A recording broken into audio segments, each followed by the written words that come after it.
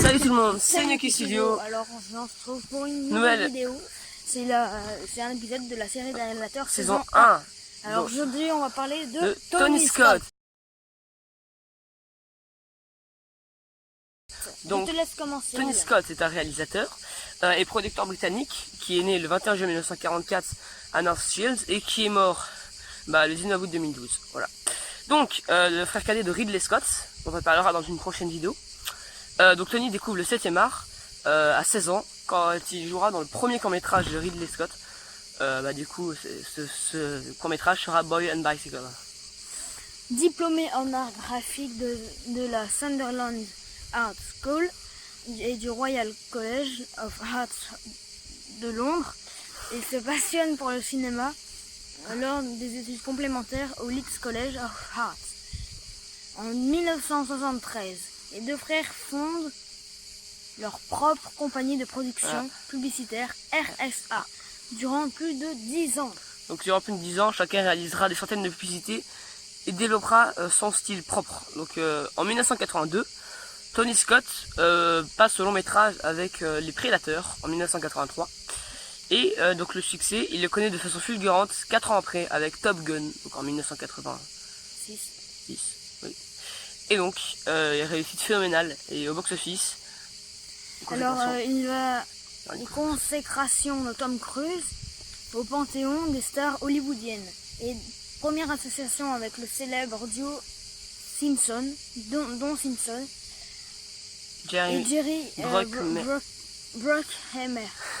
Voilà. Ce sont deux producteurs au top. Que Tony retrouve en 1987 pour le film de Beverly Hills 2 en 1987 et en 1990 pour Jour de tonnerre qui a marqué ses retrouvailles avec Tom Cruise.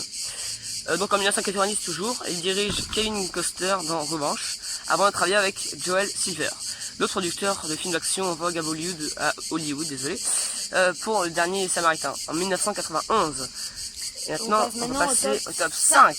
Numéro 5. Alors, True Romance.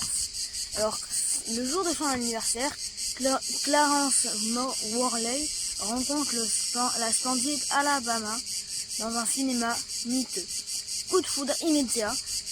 Après la nuit d'amour, Alabama avoue à Clarence qu'elle a été en fait engagée par le patron de Clarence comme cadeau d'anniversaire. Voilà. De là va commencer une folle aventure. Voilà, donc numéro 4. Le jeu d'espion 2011. Alors en fait de base tous les titres juste comme ça, tout le titre est en anglais mais j'ai tous traduit en français parce que c'est plus simple, sauf quelques-uns du coup. C'est plus simple à comprendre, voilà. Ah, ça y est. Oui, voilà, oui, forcément. Quand on dit en anglais, ça dit tout de suite quelque chose.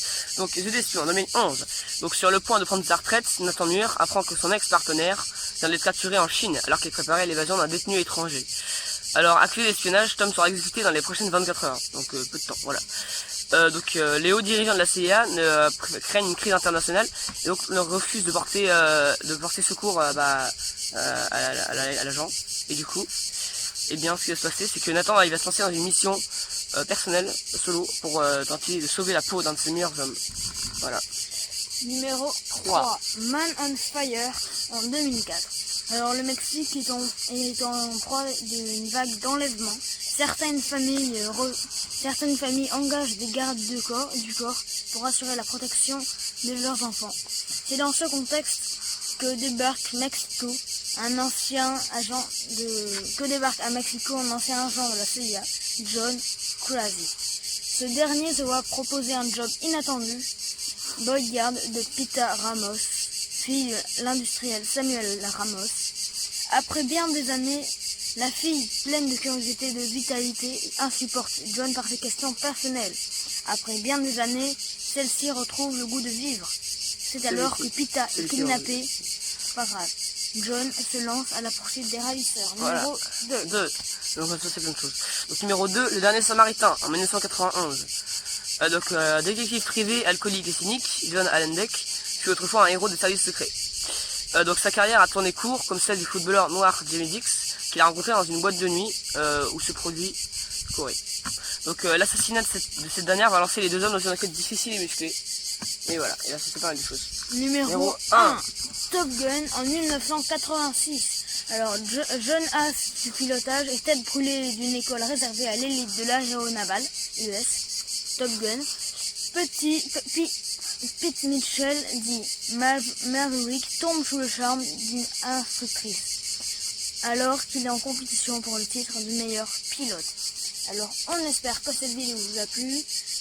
N'hésitez pas à liker, À nous suivre sur à les vous réseaux. abonner, à laisser un commentaire pour me dire ce qui est pas bien, Ce qui est bien. face d'un réalisateur, des choses. Nous envoyez des idées par mail aussi à newkidstudio@gmail.com. gmail.com. À nous suivre sur les réseaux, Twitter et Instagram. Ouais, qu'est-ce qu'on peut dire d'autre? Bah, Non? Ah oui, le site va peut-être être changé, sûrement. Donc pour l'instant c'est Noki, CMD6, studio.upside.fr, voilà. voilà. Est-ce qu'il y a autre chose à dire? Sinon, bah, Ben, ciao. ciao.